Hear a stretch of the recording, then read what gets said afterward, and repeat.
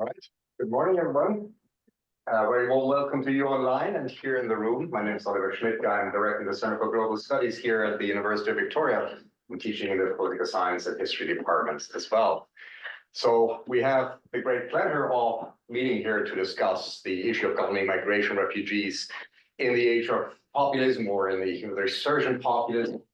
And before I start off introducing this session, let me thank the Konrad Adenauer Foundation Canada, who has sponsored this event and also a year-long initiative that looks into these policy challenges that are posed with governing migration and refugees. And we have the great pleasure of having Norbert Eschborn here. He's the director of the Konrad Adenauer Foundation Canada in Ottawa with us today. He will moderate the session. I will introduce him, but already a big thank you for supporting us here and for having been such a wonderful partner over the past couple of years.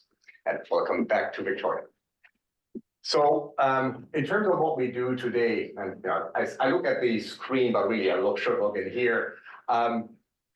If you think about the issue of governing migration, you could say we really, migration, cross-border mobility has become a defining mark of our contemporary society. If you look around the world, over 300 million people who've chosen internationally to find another place to live, 150 million people forcefully displaced as refugees due to political persecution, hunger, or political warfare. So all the reasons that they had to flee their countries.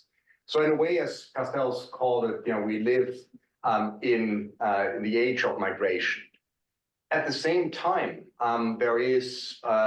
it is very hard to actually regulate migration. It is one of those wicked policy problems that are highly politically contested, and once implemented, they often face a range of unintentional consequences, difficulties in terms of the practice of, for example, securitizing borders. And one element, and that's the starting point for our project and for our event today, is to also look at the political contestation of migration refugees. And you have particular parties who have embarked on using the issue of border security, migration, refugees as their main staple, their tool of political mobilization with a very strong anti-immigrant rhetoric. And once you have a political environment in which it becomes at least difficult to even talk about migration without falling into the traps of some of the dominant frames out there, that particular parties from the extreme right have, in a way, taken possession of the theme. Just ask the Democrats to think about how to approach border security in the south of the US, right? How do we even approach a policy field? That is, in a way, the overall framework within which we address these issues today. And let me take 2 or 3 minutes to point to 3 paradoxes that I see at play here when it comes to exploring why we deal with such a conundrum in terms of developing effective policies, developing policies that are normatively also desirable and that can be implemented. The first paradox is what political scientists call the liberal paradox. On the one hand, we have societies that are aging fast in the Western world. They're highly dependent on immigration for the viability of their social security system, prosperity of their economies. And I think it is a widely shared acknowledgement that we need to, in countries like Canada or in the European Union, we need to attract those people who are willing to come, given our labor market situation and the fast aging societies in which we live. So this functional imperative is there. At the same time, there is, and that's a liberal paradox, there is, in most liberal democracies, a political backlash, an identity-driven resistance to accepting more immigrants into aging Western society. And it plays out in comparative party politics. I just alluded to this, how this then can have this political backlash. It makes it very difficult to implement even, policies that make fundamental sense in terms of the economics and of the social impact in terms of recruiting immigrants from around. So that is one of the paradoxes. The other one is that we live in a globalized world in which cross-border mobility of goods, services, ideas, communication really shape our social reality. And once we then are, put into a position to say, how can we securitize and protect our borders? It becomes very difficult to actually do on the ground unintended consequences, often the logistics of doing this. Think about building a border on the American-Mexican border, along there, what Trump intended to do, or even think, we will hear about this later in the second session on the even Canadian-US border, how difficult it is actually to regulate cross-border mobility in a highly globalized, interconnected world. And maybe it has to do, and that's one of the suggestions, how strongly tied border regimes are to the sovereign nation state. Borders come often with a promise. We can make sure that you live in a secure, protected world. And there is a performative function, performative aspect of borders as they, in a way, adhere to and speak to this fundamental promise of the sovereign nation state to protect its citizens. So it plays into this, on the one hand, you have these pragmatic decisions. How do we protect the borders from all kinds of ills, from drugs, from illicit trafficking, from security concerns? At the same time, it becomes very hard to even imagine a globalized world in which you close down these borders or protect them to a degree that you have an ultimate control. Think about what happened during COVID. Closing the border simply didn't work, and it was the countries refrained from doing this very lately. And lastly, the third paradox I would like to allude to is the kind of normative paradox for liberal democracies when it comes to irregular migration. We've seen these numbers expanding dramatically. Ukraine just added another element to all these people who try to flee their countries because they cannot safely stay in their home countries, or they have also been driven by the desire to improve their lives. How do we protect borders in an increasingly also securitized environment without violating those fundamental humanitarian values and norms for which liberal democracies stand? Think about the right to political asylum as a fundamental right that liberal democracies, the liberal world order, adheres to and cherishes. At the same time, you see the practices of keeping irregular migrants out, often driven by almost securitization that violates these very rights of people finding shelter. So you can see, lots of conundrums and challenges when it comes to formulating policies that work, that are normatively desirable, and that can be politically, in a way, agreed upon in competitive party politics. So the two panels, I don't expect you to have all the answers to these paradoxes, but at least, we can collectively think about ways forward of considering what are effective, what are exemplary forms of governing migration and refugees in our time in which these issues are so highly politicized. And with this, I would like to turn over the moderation of the first panel over to Dr. Norbert Eschborn, who, as I said, leads the Konrad Adenauer Foundation's office in Ottawa, in Canada. Since 2019, it's last year, so we're very sad to see him go, but he's on to some very interesting new adventures.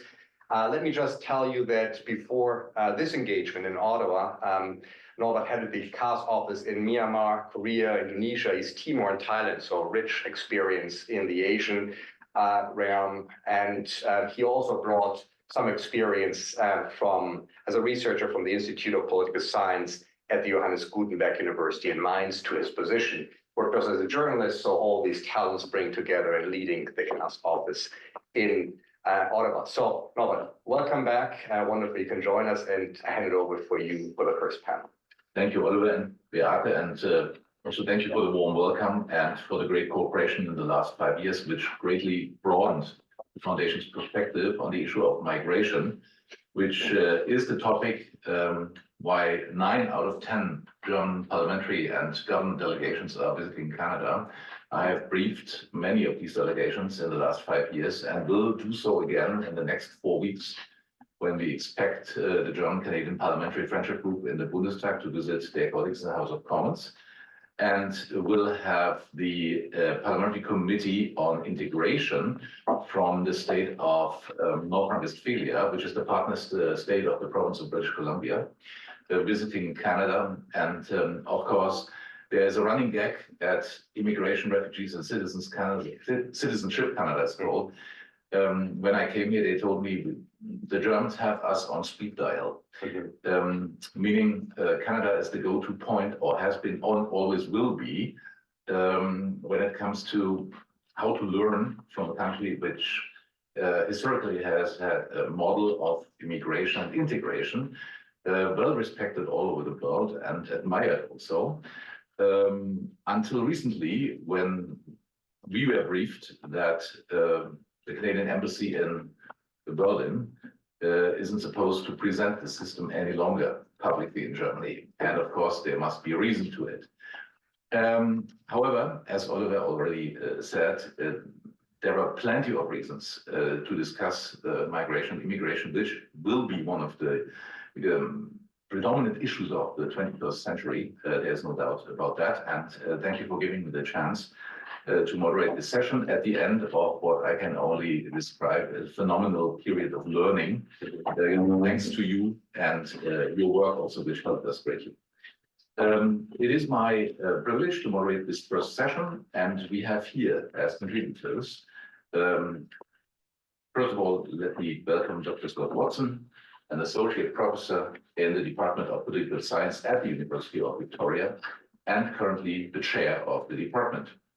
He received his PhD from the University of British Columbia in 2006, and his research interests have centered on the construction of security threats and conditions of national insecurity, particularly in the realm of migration, as well as the role various actors play in these processes. He has published monographs such as The Securitization of Humanitarian Migration in 2009 and International Order and the Politics of Disaster in 2020. His current research interests include reconceptualization, human security, and the emerging structures of a global order of governing migration, with a particular focus on processes of securitization and the role that mass media and private actors play in this context.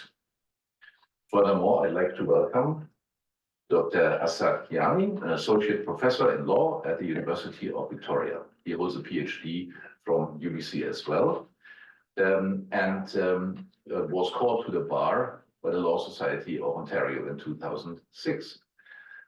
He researches and teaches in a range of subjects broadly related to domestic and international criminal law. His current research projects on the decision-making of judges in racial profiling cases, as well as on the limits and possibilities of using constitutional remedies to gather better information on the criminal justice system. Professor Kiani is a recipient of the 2017 Antonio Cassese Prize for International Criminal Law Studies and of the Hessel in Thema Prize for Comparative Law. And last but not least, we have Dr. Axel Kreinbrink from Germany. He's a subdirector of the Research Center on Migration, Integration and Asylum at the Federal Office for Migration and Refugees in Nuremberg in Germany. After graduating in history and political science, he obtained his PhD in migration research at the University of Osnabrück. He entered the federal agency in 2005, became a head of unit in 2007. His research topics cover international migration, irregular migration, return migration, migration and development, Muslims in Germany, demographic aspects of migration, and research for the European Migration Network, EMN. He has several publications on migration history and migration policy in Germany, Spain, and Europe. It was agreed before the session that we would start with an introductory statement by each panelist of 12 minutes. And since Dr. Kreinbrink is 9 hours ahead and contrary to public German prejudice proves that German civil servants work late hours, I'd like to give him the opportunity to speak first. Please, Dr. Kreinbrink, go ahead. Okay, thank you very much. Thank you for having me in this wonderful event. I was asked to give you a 12 minutes talk a little bit on the situation in Germany. So I've called it German Migration Policy amidst an agitated policy arena. Let's start with a brief outline of the situation in Germany at the moment. So Our asylum numbers are rising. In the last year, we had 329,000 new asylum applications, which is a 50% increase compared to the year before. And we still have, at the end of the year, more than 200,000 cases still pending. Our municipalities, which are responsible for the accommodation of refugees, are overburdened because the whole system has also to cope with 1 million Ukrainians at the same time. There has been a shift in the political discourse with the right-wing populist opposition fueling the issue, which has been taken up by the rest of the opposition parties, according to which now migration seems to be the source of all problems. The abolition, what is discussed in the policy arena? Well, they are talking about the abolition of the individual right of asylum, the outsourcing or offshoring of asylum procedures to third countries, or a payment card for asylum seekers so that they receive as little cash as possible. These are points currently in the German discussion. There is concern that the asylum issue will have a negative impact on the issues of skilled labor migration. For example, that it will negatively affect Germany's attractiveness as a business location. For example, our great group of German entrepreneurs warned against the AfD, which is the Populist Party, the Alternative for Germany. So these entrepreneurs warned in early 2024 with a campaign called Zusammenhalt, which is a cohesion or standing together, in response to some weird remigration fantasies from some of the AfD members, meaning that they wanted to deport foreigners from this country after getting into power. After this discussion on remigration, even the French Rassemblement National, which is not really the most leftist party to say, distanced itself from the AfD in the current European election campaign. When coming to the political approach, the new Red-Green Liberal coalition in 21 envisaged, there were some aspects of modernization. And they planned to modernize some of the laws, which was not possible under the previous government with the conservative CDU before. At the same time, the government insisted that existing laws must be enforced. The plan, the coalition treaty, foresaw easier asylum procedures, also faster access to work, track chains for rejected asylum seekers, also a law on easier naturalizations, and further easing of skilled labor migration. But in parallel, also, they wanted to set in a return campaign. Effects of such modernizations are sometimes over and underestimated in the public opinion, I would say, and are hotly debated. Perhaps we sometimes should analyze more the symbolic content of meaning, or no, the symbolic content or meaning of these policy initiatives for the domestic political arena than looking how they would really work.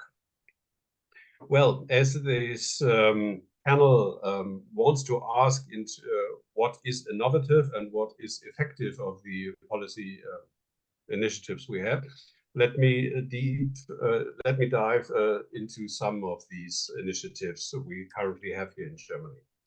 Point one, modernization of the naturalization law. I think, yes, it's innovative.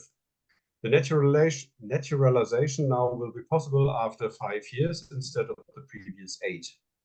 And even after 3 years in the case of so-called special integration achievements.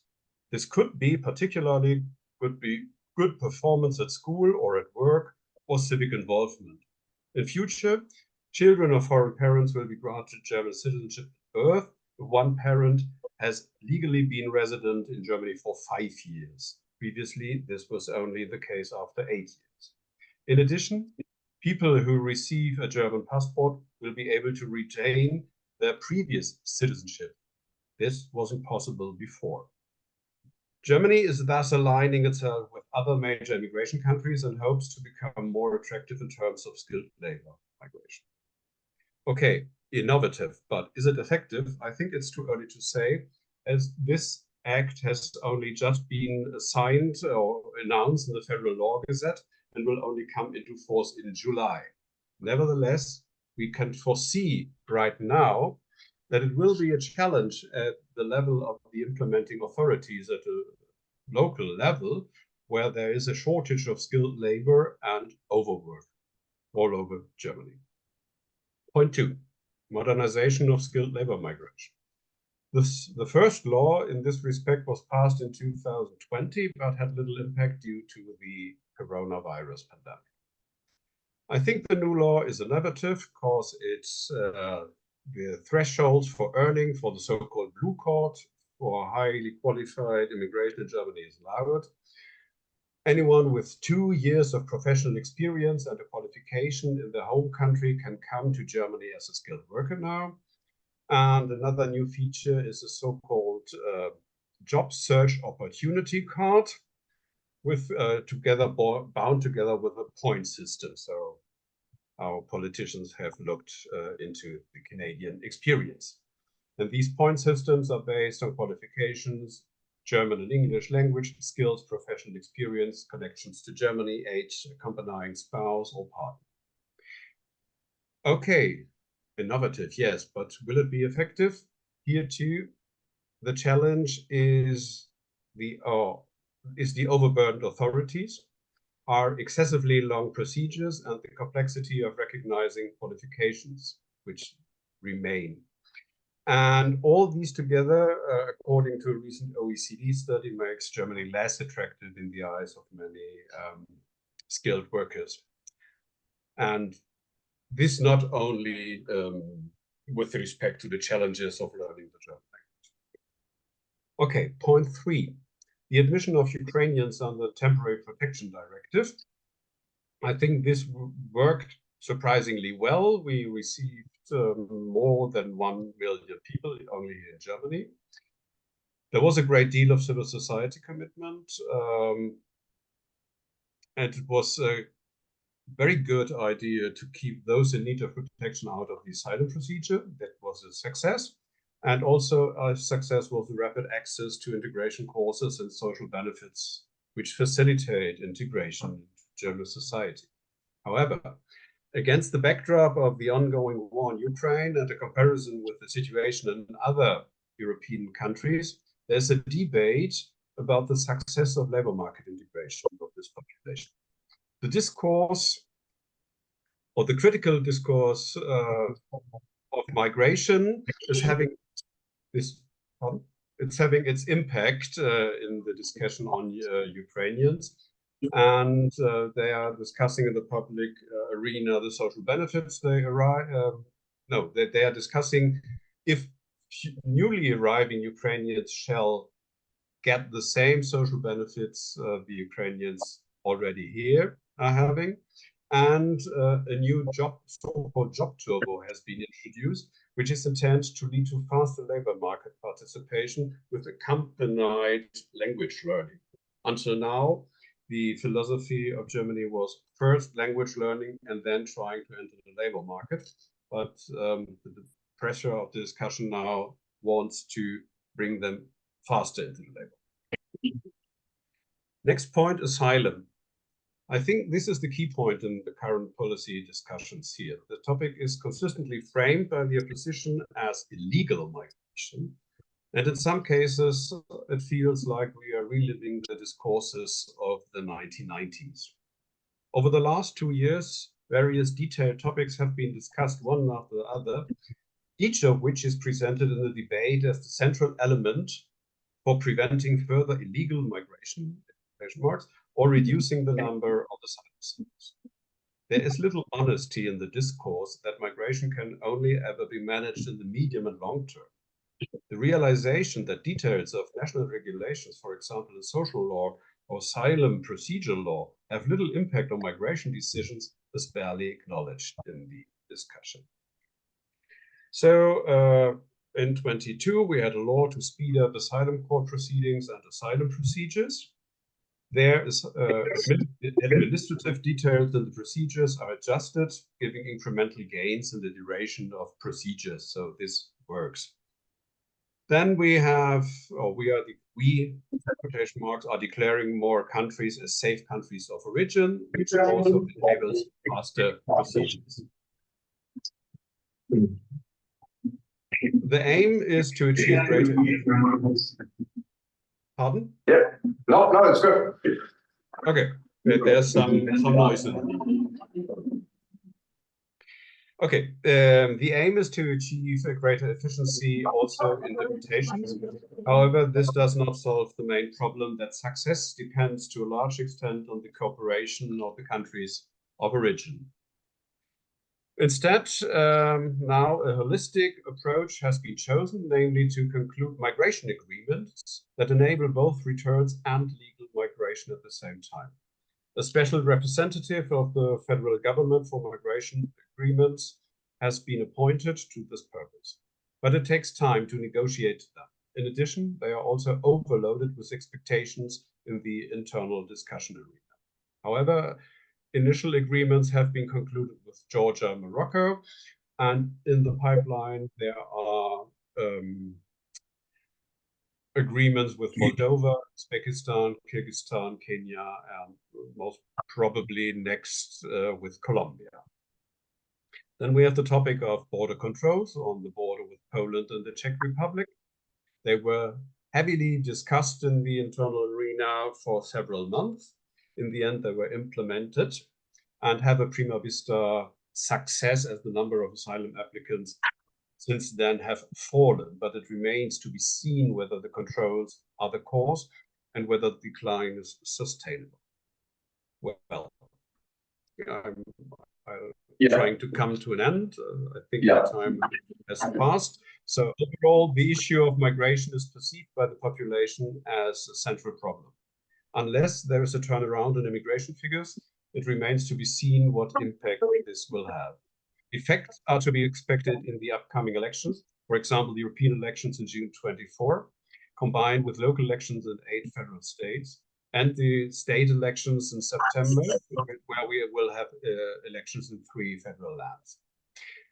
We will then have to see what the expected shift to the right will mean for the German policy arena and its liberal democracy at all, a question posed by the Berlin Social Science Center last week. And then we will see what will come out from the next general elections in autumn 25, if the government will hold until then. So we'll stop. Thank you. Thank you very much, Dr. Kleinbrink, for your concise presentation. This is just a 10% addendum on your presentation, which I will also give to the other 2 presenters. Dr. Watson, please continue. Yeah, thank you for inviting me, Oliver, and for everyone who's in attendance. I'll note and apologize in advance. I do have to leave around 11:20, teach a class. If I duck out, trying to avoid difficult questions. We keep those beforehand. Yeah, that's right. So I've been in more recent work looking at anti-immigration conspiracy theories focusing on global model and the attachment of anti-immigration to anti-globalist or global governance generally, and also looking at how it has played out or is playing out in the Canadian context. And I think what's important to keep in mind is that the broader movement of anti-globalism and the anti-immigration component to it runs a wide range of different approaches, from outright conspiracy theories regarding great replacement theory, which is quite common, to more conventional economic and political concerns within the countries. And so I think we need to be attentive to the fact that the anti-immigration narrative, the anti-globalist movement is not singular. It's very complex with a number of different narratives, some of which border on the unhinged conspiracy, others of which are firmly rooted in conventional economic concerns within states.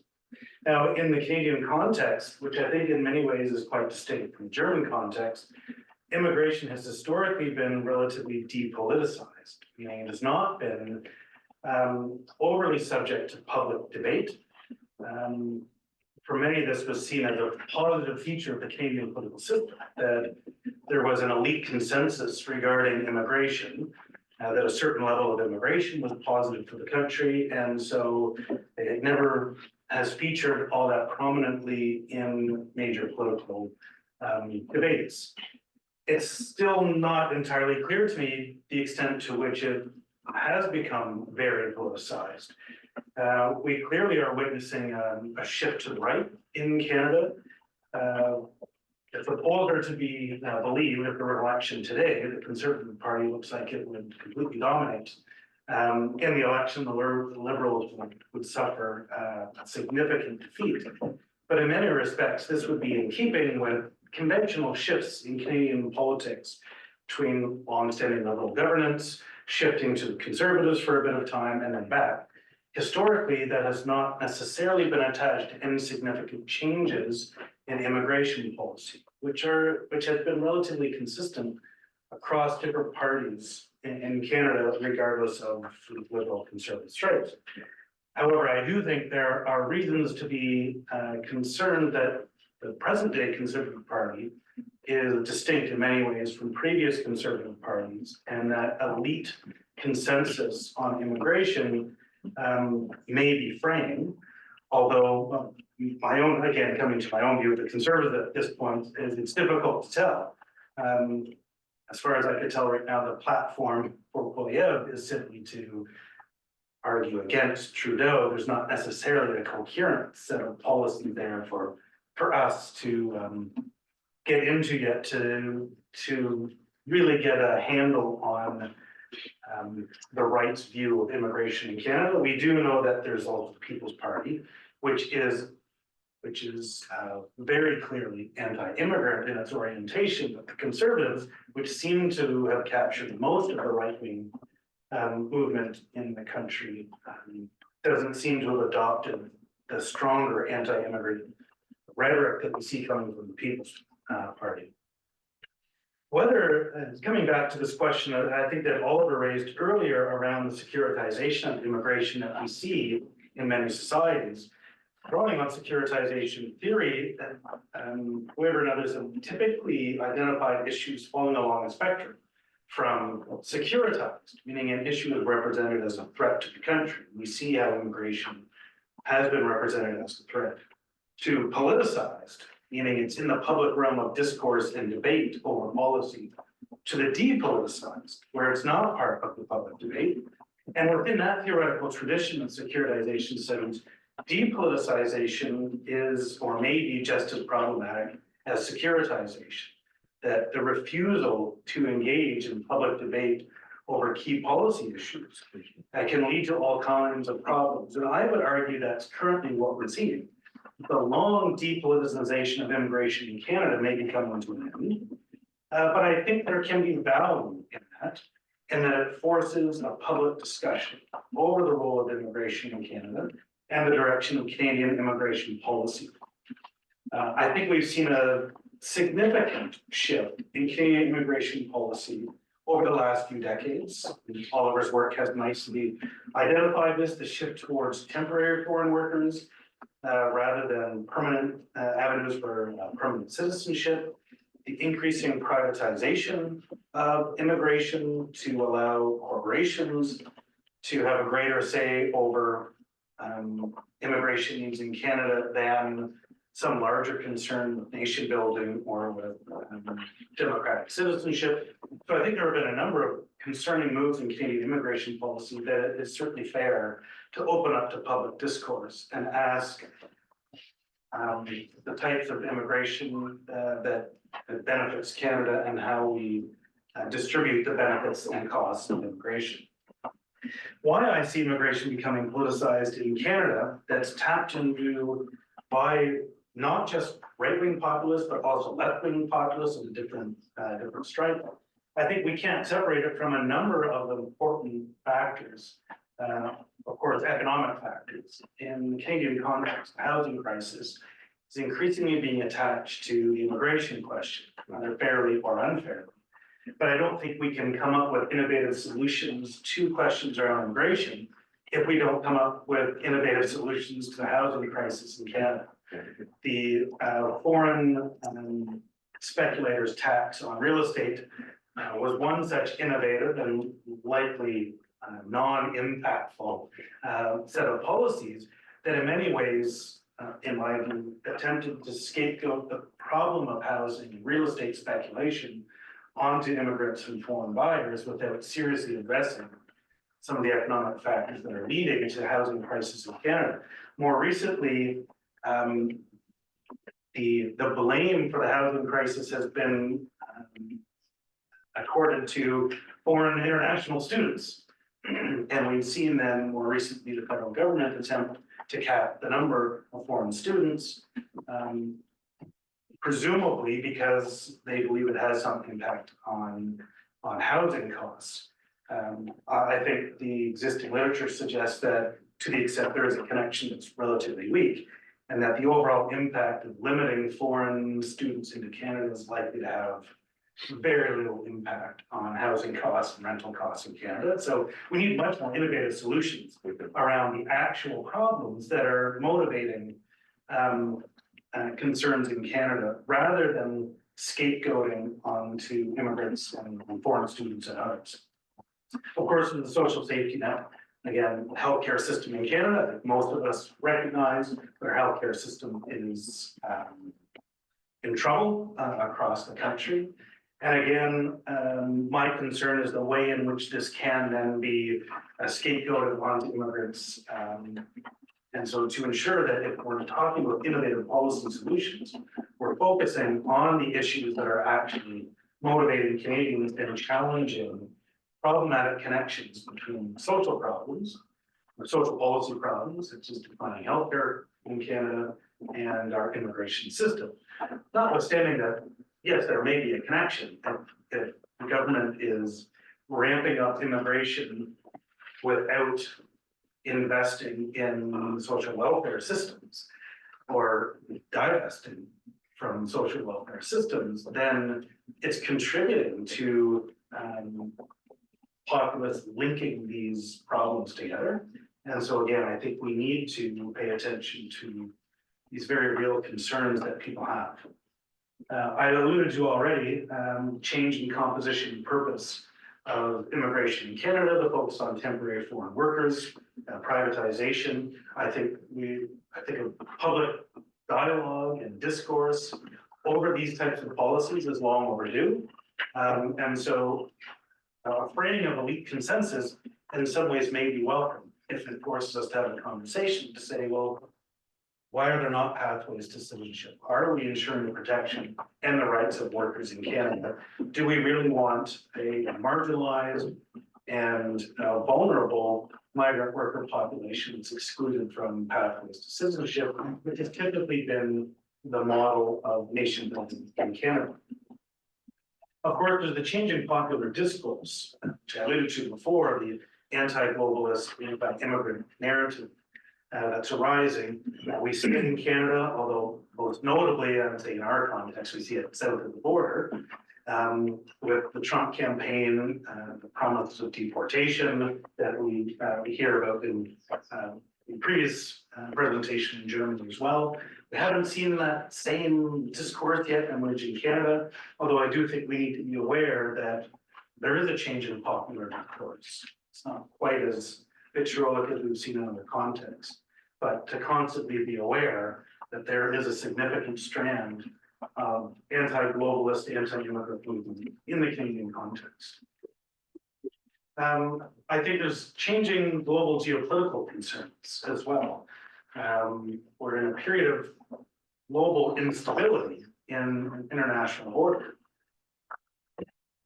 Again, our previous speaker spoke to the foundations of liberal international order, focusing on rights of immigrants, rights of asylum seekers. That order is increasingly being challenged by actors both outside the liberal international system and actors inside the liberal international system.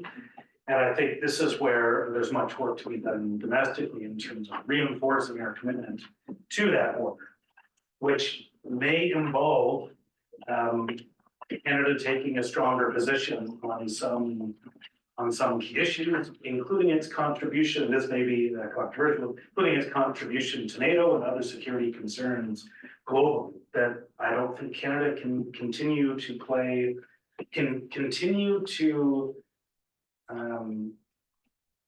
free ride on all issues globally.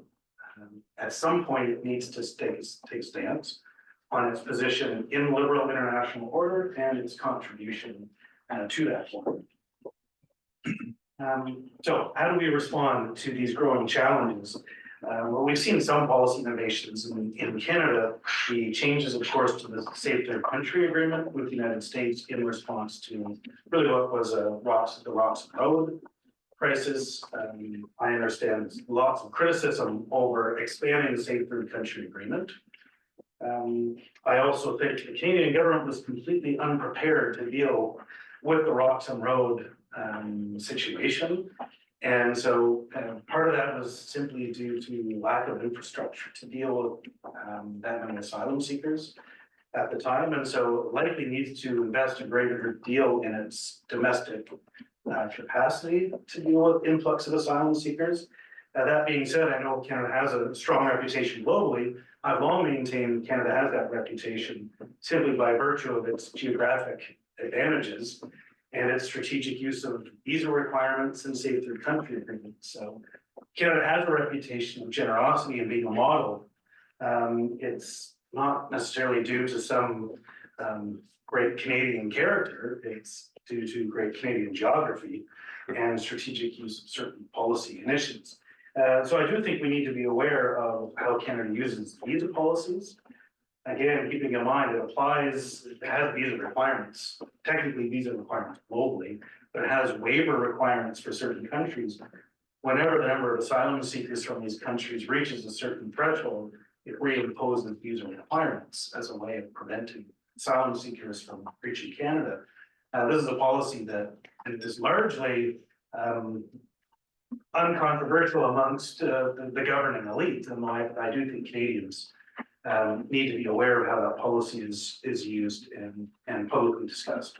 So, in closing, I would emphasize then an open and honest national dialogue of immigration, total numbers, its benefits and costs, and the vision for Canada moving forward. We must address interconnected issues or issues that have been deliberately connected to immigration, around housing, healthcare, crime, drugs, all of these issues. I don't think ignoring them is beneficial. I think we need to better redistribute costs and benefits of immigration. Privatization benefits that are accruing to multinational corporations needs to be challenged. And I don't think we should outright dismiss conspiracy theories, although I think they're deeply problematic and challenge the epistemological foundations of our truth claims. The only way to address them is through transparency, education, and good governance across a wide range of issues. Thank you, Dr. Watson. Okay. Thanks very much. And thanks, Oliver, for inviting me and everyone for joining both here and in Germany. Sorry, I did that crazy thing where I made the owl look as I look and we were not owling correctly. I'd like to pick up some threads that Scott had outlined and talk a little bit about them in respect of Canada's approach to irregular migration in one specific context, that is the context of the Safe Third Country Agreement. Maybe draw some broader conclusions about what this tells us about the Canadian approach to irregular migration generally. Broadly speaking, the way I understand Canada's approach to irregular migration is effectively to eliminate unsolicited irregular migration as much as possible in favor of a more tokenistic approach that, again, as much as possible shifts applicable legal regimes, shifts away from international legal regimes into legal regimes that are governed primarily by domestic law and regulation, ideally as close as possible to rules around economic and family migration. So kind of trend away from actually applying substantive international migration law, international humanitarian conventions, but appearing to do that while actually screening people through what are effectively regular migration processes. So the Safe Third Country Agreement is an example, I think, of how this is happening. It was signed in 2002 and implemented in 2004. Basically, it's similar to Dublin regulations in the sense that Canada and the United States agree that if a person tries to cross over from one country to the other by land and claim asylum in that other country, they'll be sent back to the first country. So if someone is in the US trying to cross into Canada, again, by land and make an asylum claim there, they can be sent back by the Canadians to the American side and told to make their claim in that first safe country, that is the United States. There are, of course, some exceptions to this. The most obvious being if you're an American who's claiming that you're persecuted by the American state or in the American state, then of course you can come into Canada and make that claim.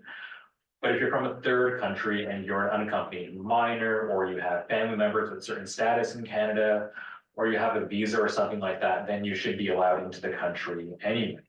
But broadly speaking, the STCA exists to benefit Canada, to limit the number of asylum seekers crossing over from the United States into Canada. As you might assume, if you're not aware already, the numbers crossing from the United States into Canada are far, far exponentially greater than those crossing from Canada into the United States. Which means that Canada has a very strong incentive to enforce the STCA. For many years, the United States refused to agree to the third country agreement. They thought, what's in it for us? Because we get rid of people who are seeking asylum, that's great, they leave us, so why should we sign it? And the answer eventually was, after 9/11, Canada said, well, if you sign this agreement, what we will do is we'll increase more sharing, information sharing about people who are in this country, crossing this country's borders, entering, leaving, basically part of a much bigger post 9/11 border securitization regime. So then the United States has agreed to sign this agreement. Since it's been in effect, this agreement has been challenged. And so here's the first of, I think, 3 things that we should take into account when thinking about the STCA and what it's becoming now. And the first is that there's been several court challenges to the legality or constitutionality of the Safe Third Country Agreement. And judges, for the most part, have avoided engaging with the substantive question at the heart of this challenge. The heart of the challenge is that the United States is not a safe country for asylum seekers. It's not a safe country because of its near automatic detention of irregular border crossers. It's not safe because of the inadequate conditions in which people are detained. It's not safe because of the widespread use of solitary confinement, of putting people in regular prisons, not immigration-specific facilities, a lack of due process, not accepting claims based on gender violence, over-prosecuting people for crossing the border irregularly in mass trials, people shackled together wearing orange jumpsuits by the dozen, and of course, racial profiling, right? So stopping some people on the basis that you suspect they're irregular migrants because of the color of their skin, and letting other people walking beside them who have fairer skin cross quite comfortably. So all of these arguments have been raised in respect to the United States. And at the trial level, they have succeeded. On appeal, however, the government has succeeded, but not on the substantive question for the most part. For the most part, the success has been there's been some kind of procedural problem with the challenge that's been launched. You challenged the wrong decision at the wrong time or something like this. So for many years, for about 15 or 20 years, you have this kind of back and forth of is the US safe or not? Versus can we actually challenge this decision? So the substantive question versus procedural piece. And so judges were avoiding this key question. Is it actually a safe place? Let's not really engage with that. The Supreme Court has finally addressed this to some degree, saying, for the most part, we think it's safe, but we're not sure in respect of some things to do with gender in particular. So we should have a trial about that. So as of last year, there's now this kind of turn towards assessing some of the substantive effects of the Safe Third Country Agreement. So we've seen for the most part a degree of judicial avoidance of this question of is it safe or not, and therefore does it comply with not just the Refugee Convention and Protocol, but also other international human rights documents. And now some attention to how that might play out, but with a real emphasis on comportment with Canadian domestic law.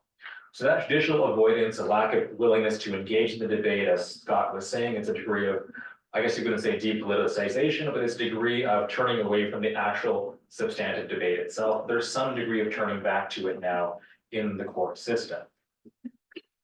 You haven't seen much of that turn towards an open dialogue on the Safe Third Country Agreement from the part of the government, though, and this is the second piece. There's some governmental, maybe legislative indifference happening here. So I'll talk about two dimensions of this. The first dimension is that the Safe Third Country Agreement, when it was initially implemented, only applied to those individuals who crossed overland at border crossing points. So if you cross the border where there wasn't a border crossing point, there's no agents there, then this agreement doesn't apply to you. You can't be sent back to the US. You can make your asylum claim in Canada, even though you came from the United States. That was the case until last year. And after a lot of, let's say, a lot of concern was raised by some political parties and some political actors, the United States and Canada in secret agreed to extend the applicability of the agreement across the entire Canada-US border. The change was announced a year after it was agreed to and a day before it came into effect. And that was to limit the number of people who would show up at the border before that law changed. But there was no public debate about how this was happening. It didn't happen in Parliament, it didn't happen in the House of Commons. And it wasn't part of an election campaign that was happening either. It simply happened. And it was a fundamental change to the agreement. And the reason it's fundamental is that we originally agreed to these terms, the United States said, because we could identify where this person originally came from, this asylum seeker, where they originally came from, only if they crossed over at a regular border crossing point. If we didn't catch them at the border crossing point, then we don't know where they've come from. And maybe the Canadians, being as dodgy as they are, will shove as many migrants south as they possibly can and say, actually, it's your responsibility, not ours. So trying to avoid that problem was something going on here. That decision was made in secret, effectively. The other piece of this, of course, is that this legislative change is not just a secret change, but it's an indifferent change. And what it's indifferent to is lessons learned from the United States in particular, and the United States southern border in particular. There's an indifference towards the reality of the desperation of migrants. This doesn't stop migrants from crossing the border. What it may do is cause them to seek more dangerous alternatives, to cross at more dangerous points that are uninhabited at all. Roxham Road worked really well because it used to be a border crossing point. You could take a taxi there, you could cross the road. There's a building that used to be a border point, and there'd be RCMP waiting for you there. Now people are crossing in more dangerous, more remote locations, and with the help of criminal organizations that may exploit them in multiple ways. So it makes it more likely that you will have more dangerous crossings and more deaths as a result. It also prompts people to make different kinds of asylum claims at different points. So after this change was instituted, you had a tripling of in-airport asylum claims being made. People are scraping together money and getting visas and coming via air and then making the claim in airports. And STCA doesn't apply to people flying into the country. Finally, it causes people to endanger themselves once they get into the country. If you're in the country for 2 weeks, then the STCA no longer applies to you. You're now Canada's problem officially. So people come into the country now, they're hiding out in remote places, trying not to get caught, and then making their claim after 2 weeks and saying, well, it doesn't apply to me anymore. And that's a lesson not learned from the United States, where what we see is that these legal regimes don't actually do much to quell or limit the need for migrants to cross, right? And that need will always be there. And there's something else I think happening along here, and I'll just raise this in the question of capacity and performance. I haven't fully fleshed this one out. The reason the Canadian government wanted to change the STCA and say, you know, it applies across the entirety of the Canada-US border was because they said, we've had too many people coming in, we can't keep up. The capacity in the refugee determination system just isn't there. In the last year in which the STCA only applied at border entry points, you had 40,000 people cross at those across from the United States into Canada. Canada said this is way too many people crossing in from the United States. So we need to do something, we need to change that. So this is our change. That change is instituted. And now the numbers come into play, right? So 40,000 justification for a change in the border, applicability of the STCA. And at the same time, as Canada says, we're stopping this border situation. What we're doing is we're going to take in 15,000 South American migrants instead. So we'll keep 40,000 out, but we'll take in 15,000. So we're still doing our fair share. What we think our fair share is. Our fair share is about 15,000 a year, give or take. That was quickly walked back from 15,000 to 11,000 plus 4,000 temporary foreign workers. So compounding some of the ills of the migration system as it is, that is not providing people pathways to permanency here, but saying we'll take some in and it looks okay. But actually we'd like to take in 4,000 workers, and if we can send them back, then great. And that's kind of the ideal here. The ability to return people is really key to what's happening now. And if Canada is forced to take in people because politically it feels like it has to perform in a particular way, then it wants to reserve the right to return at least some of those people back because they're not good fits. So there's this question here about how this is operating. I won't get too deep into it, but you can compare the hundreds of thousands of visas happily issued to Ukrainian refugees, people fleeing that conflict, and ask this question, well, if you're going to issue over 900,000 visas and expect 300,000 people to arrive in 2 years, but you say 40,000 people is a capacity problem, and we think that maybe you're not quite being upfront about what's happening here. We can maybe get more into that, but I'll stop there because I know I've gone over. Thank you. Thank you very much, Dr. Triani, for your contribution. We have heard a lot of interesting presentations now, and it's time for some questions. I'd like to start with Dr. Kainring. He's still there, I hope. And from a comparative perspective, as a German having lived in Canada, one can't help but wonder, in Germany, the migrant as such is a legal task, an administrative challenge, and a human burden.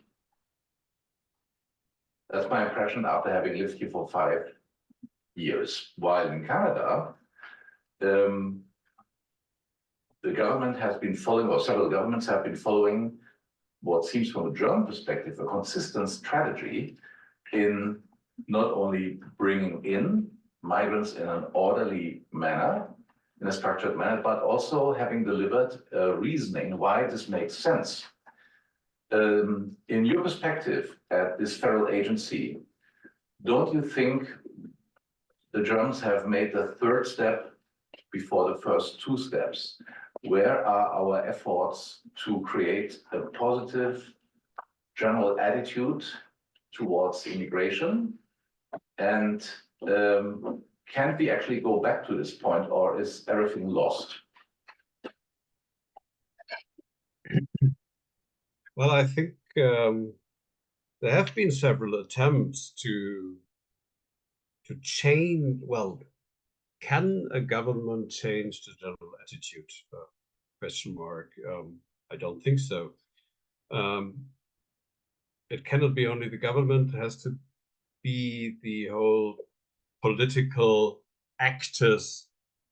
And as long as they see possibilities to gain votes with anti-immigrant slogans, irrespective if they are a government or if they are in the opposition, there is not a sufficiently big amount, or let's say a critical mass, to bring the population or to change the population's attitude.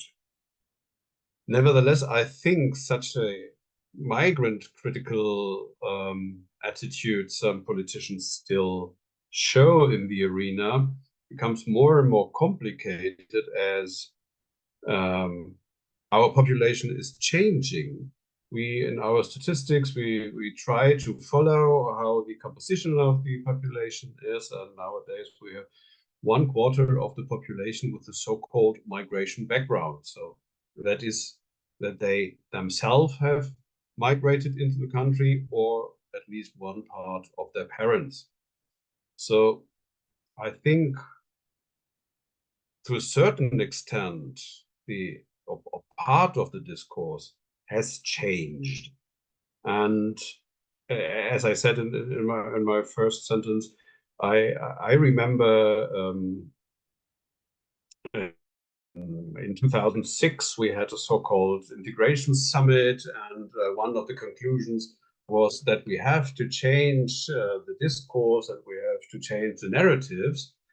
And I think organizations like us, with huge responsibilities in the field of integration, we are trying to do that. But it's at least how our society is organized.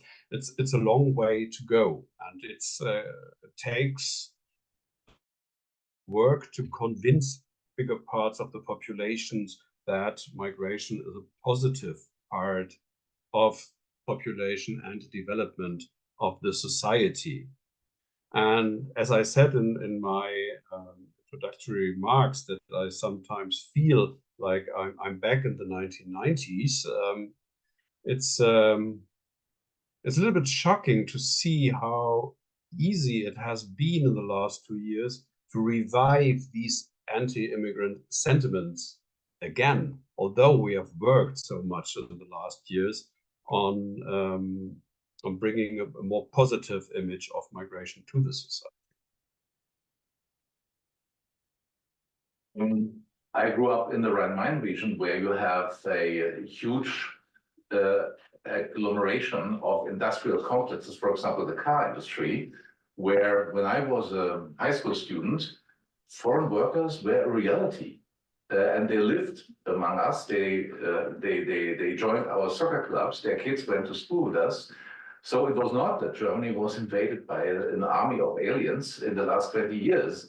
To the contrary. And many of these guests, what we call guest workers of first generations, made quite a successful integration out into our society.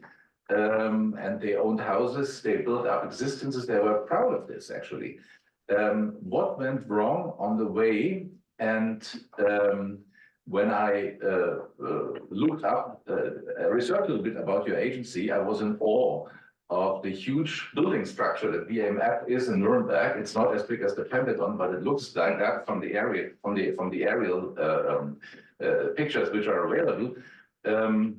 And I thought that's typical for Germany. Everybody looks for the state to solve all these problems. When you live here in Canada, civil society plays a much more important role. And I've never been a big donator, but I have come across, for example, women's organization in Ottawa, who take great care of what we call the trailing spouses of male immigrants, women who come from countries most people have not heard of yet, and speak very exotic languages and don't know whom to turn to. And here we have an excellent structure of civil society organizations who actually fulfill that task in an extraordinary manner. I can only admire. Do we have a deficit on part of the civil society in Germany to play a more decisive role to also increase the acceptance of immigration? You're absolutely right. There is a strong civil society, but to solve problems in quotation marks, most of the population and even NGOs and so on rely on the state. They expect the state to solve integration problems. They expect to solve any other problems. They expect the state to solve, let's say, the financing of cultural organizations and so on. And the engagement of civil society in really doing work or making a society work is less important in our country than it is in Canada. if you compare, for example, our programs in private sponsorship in the admission of refugees, private sponsorship is a huge part of your refugee policy in integrating refugees. We were looking to Canada and we implemented our own private sponsorship program, but only for 500 persons a year. And in the first 3 years, we only took up, I think, 195 refugees in this program. And it's so over-regulated, this program, and so overburdened for the civil society. And one reason the civil society is not really going forward to this program is saying, well, why, for example, should we pay for the housing of refugees, as paying for the housing of refugees is obligation of the state? And if this is the first question, there you see different perspectives on engaging in, let's see, refugee integration, in engaging, making the society richer, and so on and so on. Thank you very much. I'd like to address Dr. Watson with respect to your teaching requirements in Tamin. I just met with a House of Commons member who told me that 80% of the visitors who come to his office in his riding are concerned with one topic only, because they say, can our kids continue to live the same way like we live, facing this kind of immigration from totally different cultures? What do you have to say about that? I mean, it's a great question. I think it touches back on the growth imperative in Canada, that the future of our social safety net and our systems is dependent on immigration. We don't have natural birth rates. So I think if we're talking about the ability of future generations to enjoy a roughly similar lifestyle that we currently enjoy, that in the absence of immigration, that will be impossible. There would have to be some type of degrowth, some type of limitation of social welfare system. So that, I think that would be the first response, to say that we built our entire society on immigration to sustain our current level of economic growth. And so it's required. The aspect of culture is really fascinating, because that's part of this whole great replacement conspiracy, that what's changing is the character of Canadian society. This is certainly bound up in racial concerns, concerns about multiculturalism.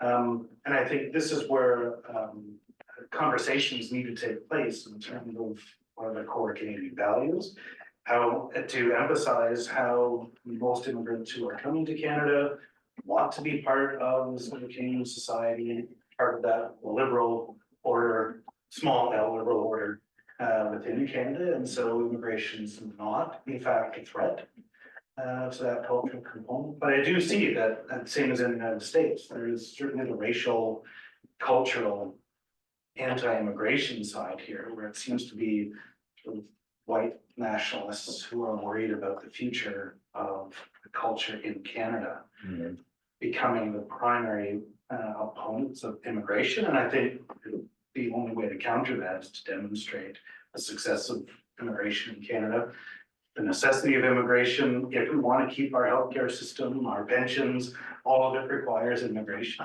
and to show the success of the integration effort in Canada to produce sort of a functioning multicultural society. So another book needs to be written. What is a Canadian? After 2 unsuccessful books already, you didn't answer that. Well, I mean, this is the question. I think part of the response against sort of the globalist agenda that's being attached to Trudeau is that very question of whatever they see Trudeau's version of Canada is not how they see whatever the Canadian nation is. And the Conservatives and Poilievre offering an alternative, although I think at present still unarticulated exactly what they see. I mean, they're clearly courting, on the one hand, sort of the white nationalist component, but not explicitly in the way that other parties have. So we'll see how that plays out. I think Poilievre is putting himself into a difficult position where he's courting a certain group of people that are going to expect returns on their investment. And I don't know, I don't yet know whether he intends to deliver. Trump's fully gone down that path. He's going to return on that investment in his campaign. I don't know that we know yet where Polyev is going with that. If he's going to be able to resist and maintain a sort of a smaller but still typical Canadian immigration policy, or whether he'll fully go down that route if the party gets captured in some way by a strong anti-immigrant component. Dr. Yanni, you mentioned several legal questions, which are highly interesting. I mean, it's more a topic for the expert community. It's difficult to follow in Germany as well. We have the same debates. I was wondering, do you see that immigration is also caught in the web of, let's say, foreign interference? We have that topic in Ottawa, not directly, of course, but I have talked, and I took a great effort to prepare for this event. I met with Canada's longest serving immigration minister, you know who I'm referring to. He sits in Calgary on top of a high rise in a law firm. And he says, in his opinion, Canada and Germany have similar problems when it comes to post-immigration management, for example, parallel societies. Yeah, and people see that and are concerned about that. Does the government or does the legislature do enough to instill confidence of the population that the legal framework to handle immigration is still sufficient? And that's the internal component. And what about the factor of foreign interference, where immigrants are in danger, at least, of being put, justifiably or not, close to that problem? What do you see? Really good questions. And so on the first point about is the legal framework adequate enough, I guess this is one of the topics that's up for debate. Is there enough state involvement or not? Lots of immigration advocates have said one of the issues with migration policy currently is that it's framed primarily in economic terms. And shift towards things like temporary foreign workers and not giving people clear paths to permanency here is also a shift away from a need to integrate people, a need to build community around them because you don't anticipate them being here. And in fact, they often live in very isolated frames, especially if you're a temporary foreign worker who's working in agriculture or in the rural sectors. You're not going to spend a lot of time around lots of other people anyway. So the policy is actually designed in many ways to segregate. It's designed to close people off.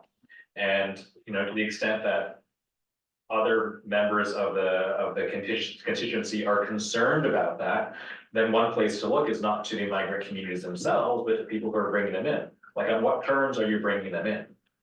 So the turn towards temporary foreign workers is part of this problem, if it's a problem. The second piece of it is civil society has said, that the state has really backed out of the integration game.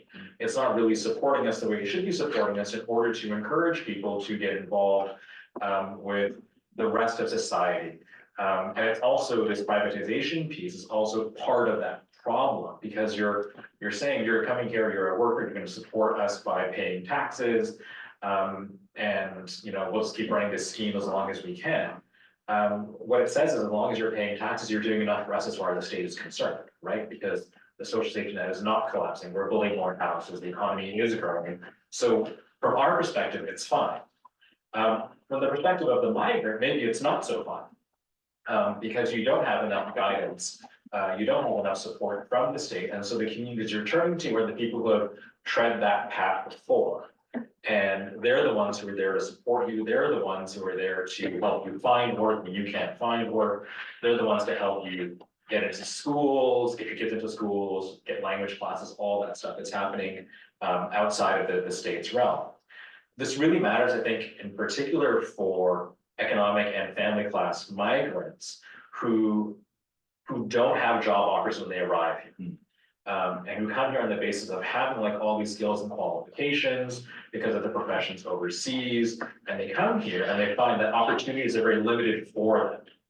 And they see this lack of coordination between the government's migration scheme and the ability to obtain employment as creating this like real fissure for them. And to help bridge that gap, they have to turn to their own communities to find other kinds of work. And so, you know, part of the legal framework issue, I think, is a lack of support there on the part of the state, and a lack of integration between us saying, yes, you're welcome, please come in, and then not having any role to play as a state in how these people sustain themselves once they get in. Okay, all of us, right? We should open the discourse to the public, and just want to inquire whether we have questions there. Yeah, and so online, if you have a question, you can raise your hand and then start your camera, or you can leave it in the chat, and then we can read it out here. But maybe we go to the room first. You know, I'll leave it to you. Any questions here or online?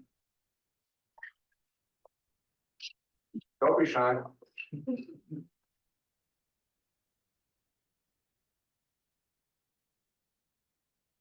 Okay, I don't know too much about migration, so it might be an incorrect question. The best situation to raise questions. So. It's kind of like a response question to your first question. And I was kind of wondering, like, what's the point? I mean, obviously, having a positive general attitude around migration is really important, but what's the point in having that if the whole point of migration in a certain country is to garner economic means, and when like it doesn't work towards that country's agenda, the like policies may shift to a certain degree. Like, does that make sense? That's the question for our German colleague. Yeah. Yeah, Dr. Kleinbring, have you understood the question? Is acoustically? I'm not sure if I really got the question terribly. Could you please rephrase or repeat? Do you want to rephrase? I hope I hope I got this right. Yeah. So, you know, why would a state like Germany, right, in a way promote the notion that immigration brings, well, prosperity and so forth, if it's not really designed, its immigration policy is not really designed to bring them in, right? It's not, you know, it's not there.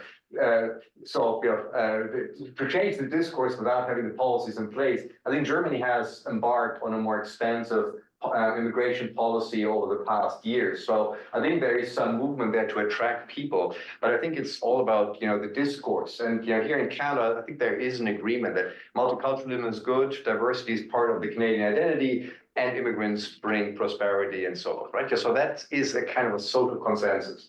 Very different than most European countries, right? You know, the kind of backlash that I mentioned. So, you know, in a way, the stage question is also, you know, isn't it in vain to even think about, you know, launching a campaign that promotes immigrants as bringing prosperity and, you know, being good for the country?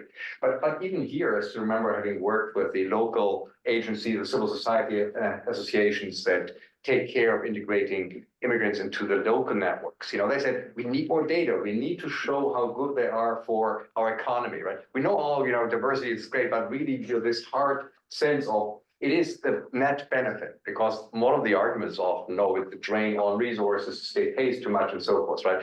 So this discourse is key to promote a positive image of immigration and then also justify immigration laws, right? And I'm not sure actually where we are at in Germany. Yeah, it seems to be going back to the 90s, indeed, as you described. Talking of Germany, the point is who is marked as a migrant?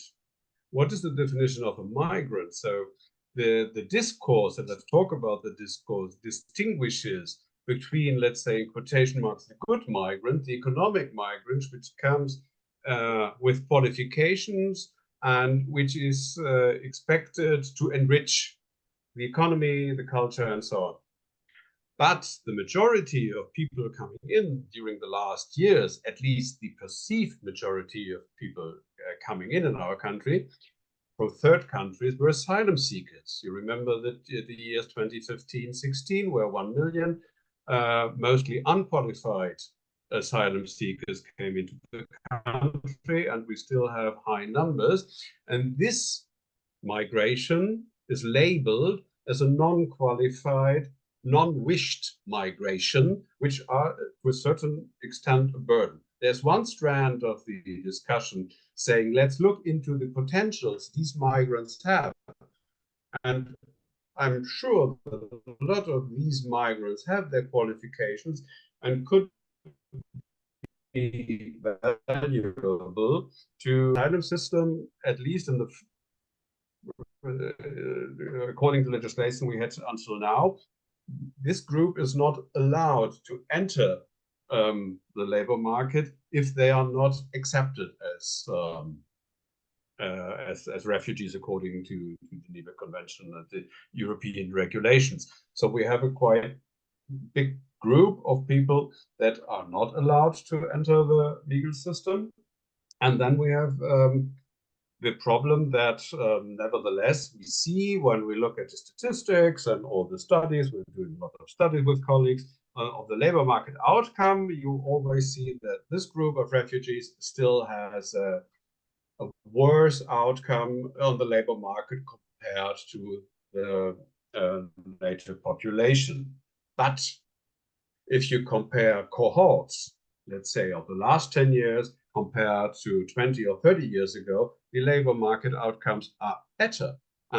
But it's hard to bring this discourse and this position into the public discourse to acknowledge that the integration policy we put into effect almost 20 years ago has its positive outcomes, because we qualify the people that come to the country, we oblige them to learn our language, and we ease the access to the labor market for them. So a lot of things are working better than decades before, but part of the political spectrum is not willing to accept that. You have to go, but thank you so much. Thank you. More questions? Thank you again for this great presentation. I'm just wondering if the big problem is the change of like the rate now of African immigrants, because since the last census, like the one of 2016, you have Africa being ranking second as immigrants, and first in Quebec. So I'm just wondering, is it like the big problem? Is it that because like European can when they were like the first to come, like being as a majority of migrants, it wasn't a problem, and it was integrated. Like the integration was like kind of like it was acceptable. It was they were sitting at the table, and you can see now. But like Africans, whenever they're coming, that problem, I'm just wondering if the real problem is not that, because it's nice to say, okay, let's see how they're useful. I heard as well, like, oh, if they are a good fit or not, send them back. I was shocked. I was like, okay, are we talking about people now? I think diversity it's at the heart of the problem, because we are not sitting at the table. We are not part of the discussion. We are not part of that. And we are all migrants, most of us. So my first question is that if the problem is really the number of migrants or just the color of the skin. The second question is like, what kind of example we can have? Like, I don't know, Australia. Is it how can we like take some advice from other countries? I don't know if it's successful or not, but like I know that US is not an example. Canada, we just So I'm just wondering who can maybe provide us some tools to better, live together. Maybe could I speak to this for a second? I think there's no other urgent question at the moment.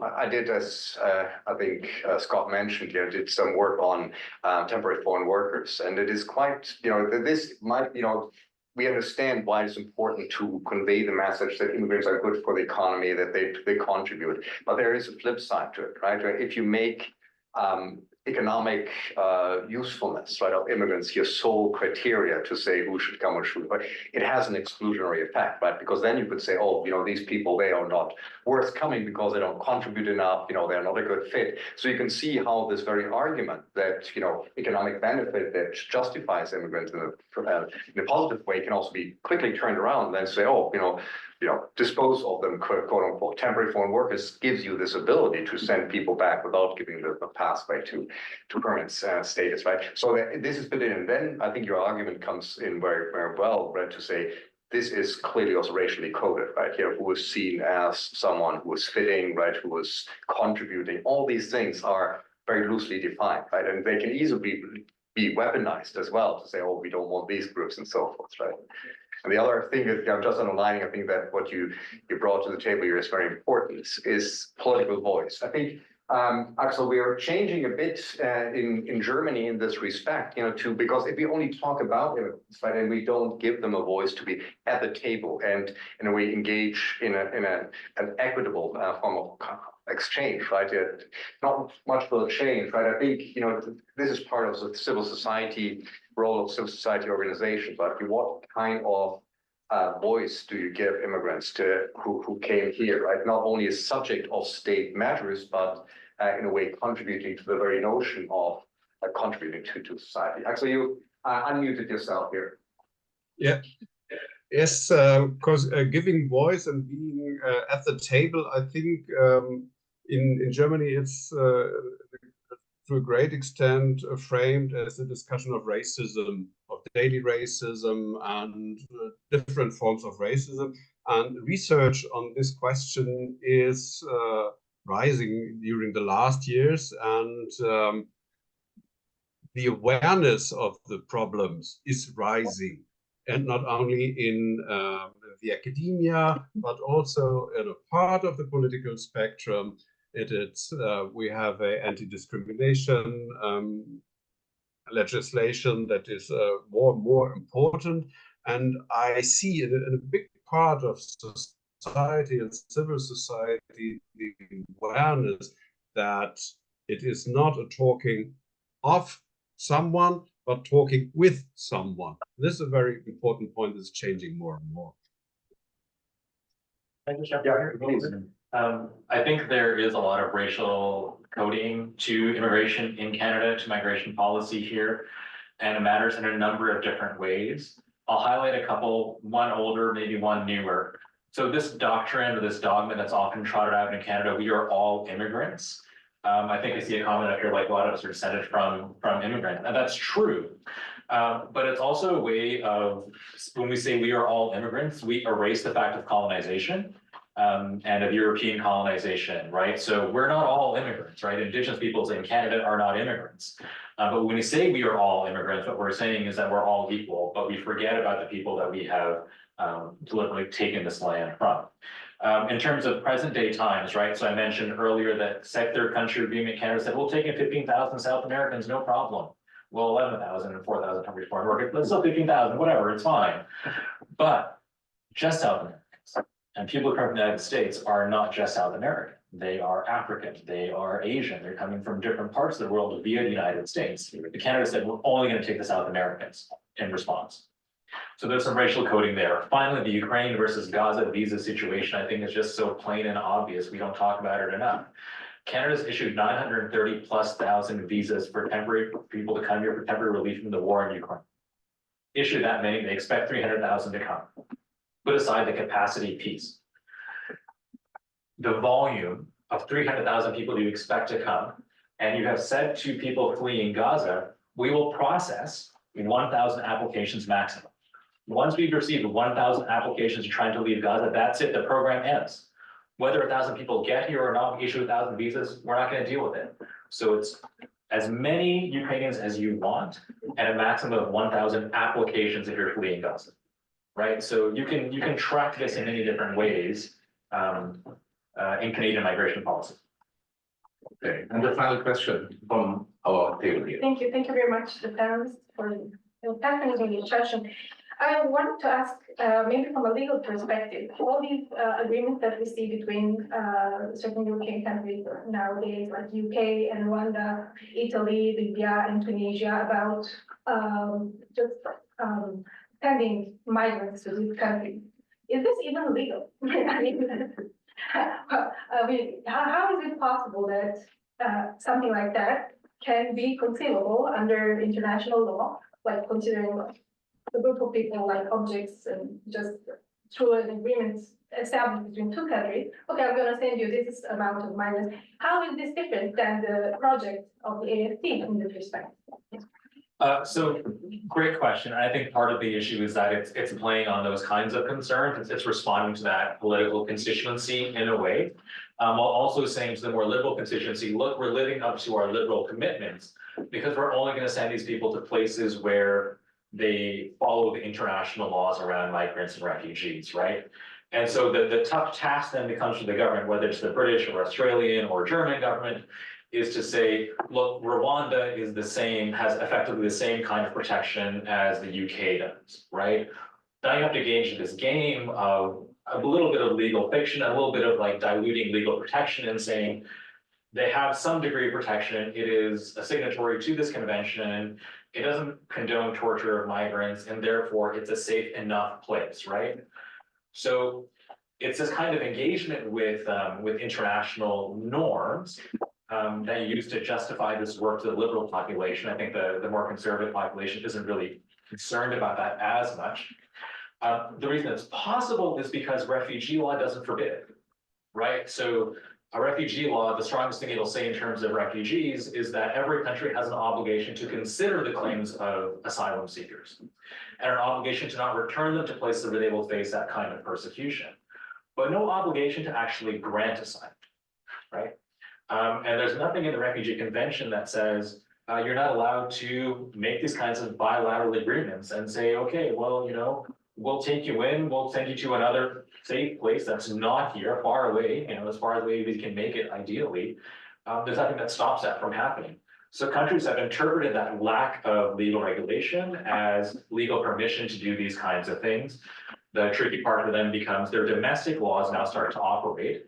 And so does it comply with the US or Canadian or British constitution to send them to these particular places? That's the same debate that happened in Canada. Is it safe enough by Canadian standards to send them to the United States, right? So it's the same thing that's happening here. Thank you. Yeah, and I think that is the end of the session of the first panel. I'd like to thank all the contributors, especially you, Dr. Kleinbrink. It's now, I think, 8 p.m. in Germany. You have really earned your salary today, I'm very sure. And we have benefited from your contributions as from those from Dr. Watson and Dr. Chiani. So this session this panel will, not this panel, but this event will continue. And thank you very much for all who have participated. Oliver, please.